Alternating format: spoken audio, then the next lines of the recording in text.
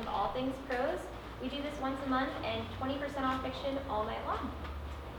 We're super happy to have Marc and Glen here tonight, and they're going to be reading some of their work, and then we'll have a brief Q&A following the reading. Up first is Marc. Marc Grossberg is an observer and a listener. He has a passion for his family, friends, and clients, and for books that entertain and provoke him. He has practiced law in his native Houston for over 50 years. Somehow, he overcame being a board-certified tax lawyer and one of the best lawyers in America to write The Best People. Marc is a proud product of the Houston Public Schools, the University of Houston, and the University of Texas School of Law. He lives in the now and goes wherever his green light tells him the intersection might be interesting. Please welcome Marc.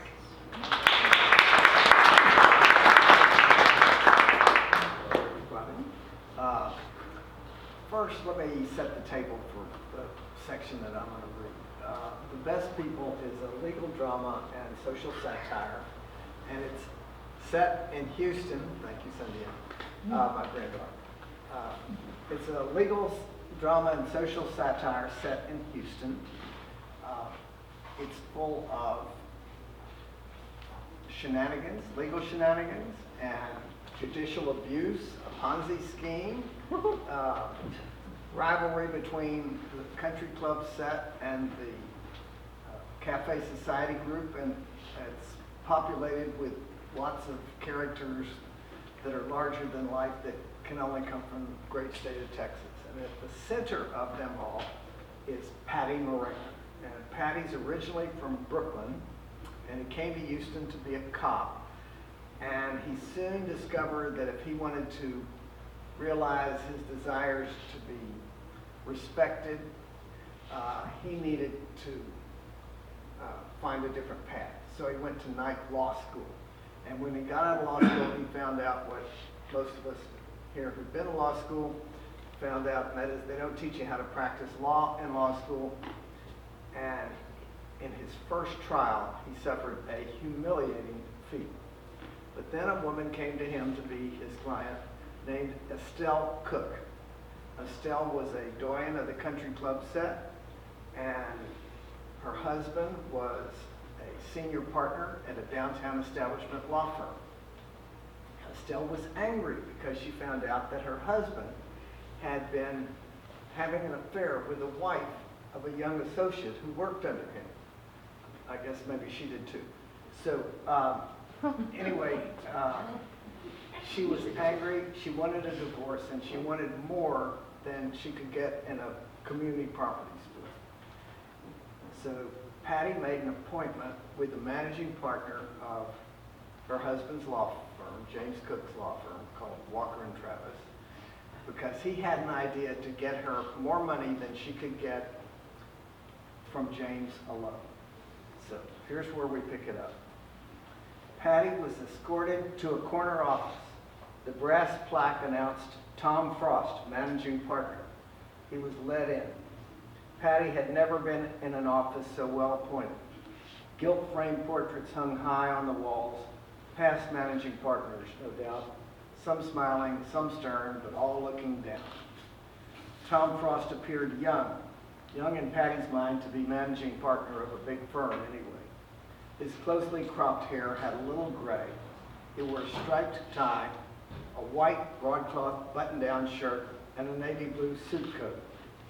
Tom Frost barely glanced up as Patty entered. "Mr. Morgan, please have a seat." He gestured to a chair in front of his desk.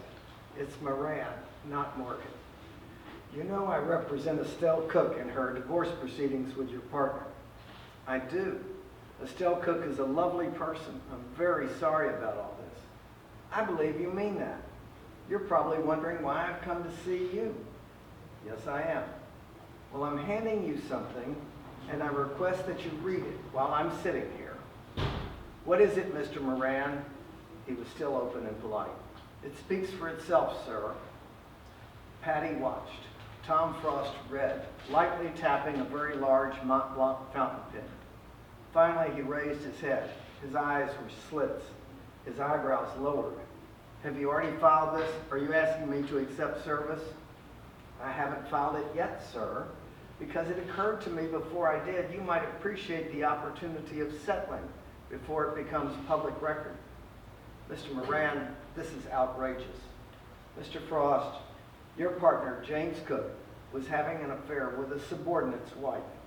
Cook sent her husband out of town on deposition so he could screw his wife. This law firm let that happen. Estelle Cook's marriage and her life fell apart. So if you're talking about the conduct of Mr. Cook and this law firm, I agree, it is outrageous. There was silence. Frost looked into Patty's eyes. His face hardened. If I'm supposed to be frightened, Mr. Moran, I'm not. It was this next moment that Patty had rehearsed over and over and over again. His final shot. If this didn't work, there were too many variables. He had to play it perfectly from here. I guess you're telling me I should have done that. Okay, I'm done. Patty closed his briefcase and got up.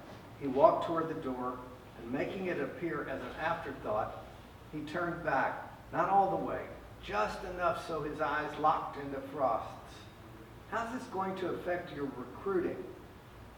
Frost asked, how could it affect our recruiting? Patty turned, facing Frost head on. In a faux drawl, he said, well, I know you, that is, this law firm has the judge in its pocket. If you don't settle, I reckon he's going to throw out my suit against Walker and Travis, and then I'm going to appeal. An appellate court will decide one way or t'other. I think I'll win, but the reality is I might not. That's the stuff nobody can control. Then Patty dropped the draw. But one thing I do know, this is going to be a case of first impression, a very high-profile one. For me, high profile is great. Win or lose, my name gets around. And this is a pretty juicy case to have my name attached to. Tom Frost was hearing the Moxie street fighter from Brooklyn. Patty had come out at the bell with his gloves flying. He continued the flurry. So I'm a winner no matter what. But that's not true for you, Tom Frost. The allegations will probably make the Chronicle, the New York Times, and the Wall Street Journal.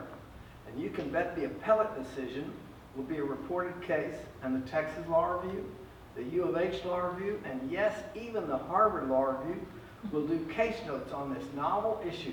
Who would have thought Patty Moran would make those law reviews? But along the way, Walker and Travis becomes a bathroom joke, and it will have happened on your watch. We don't yield to threats, Mr. Moran. You think this is a threat? Give me a break. If you were representing my client, you'd be delighted to come up with a novel theory to increase our chances for justice. We don't sue other law firms, Frost said with a pointed derisive air. Well, aren't you special? We do. And despite your self-righteous protestation, sir, if the right client asked you, you'd sue another law firm in a heartbeat. Returning to the chair, Patty said, listen, Mr. Frost, my client is not just another plaintiff to this law firm. We're talking about Estelle Cook. Frost's posture changed. You're right about Estelle. I would never demean her. For the first time, Patty felt a favorable shift. He went in for the kill.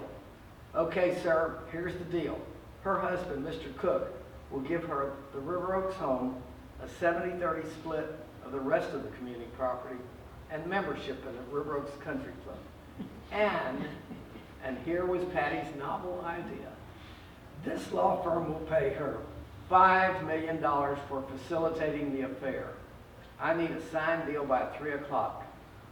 There was a pause. You expect us to hand over $5 million and get Cook to agree to a 70-30 split in less than 6 hours? Oh yeah, I sure do, and I know you can do it.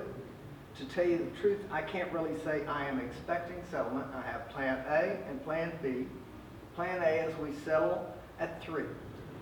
Plan B is filing amended pleadings naming Walker and Travis as a co-defendant at 1 minute after 3. I have someone waiting at the courthouse, so even if I get hit by a truck before then, it's filed. If you choose Plan A, however, I thought I might speed things up by preparing a settlement agreement, which I have right here. Why are you in such a hurry? If I give you overnight to respond, you'll have 100 lawyers staying up all night to figure out how to silence me. 6 hours may be too much time. Frost said, I have a duty to discuss this with my management committee. Frost had Patty wait in a conference room. It had a southern view. The day was clear, and Patty could see all the way to the Texas Medical Center. At 2 o'clock, Patty began to get fidgety. He started pacing. Then he heard a knock on the door. "Come in," Patty called. Tom Frost entered. Frost spoke. "Mr. Moran, the firm, and James Cook." Patty's heart raced. I'll stop there. Oh.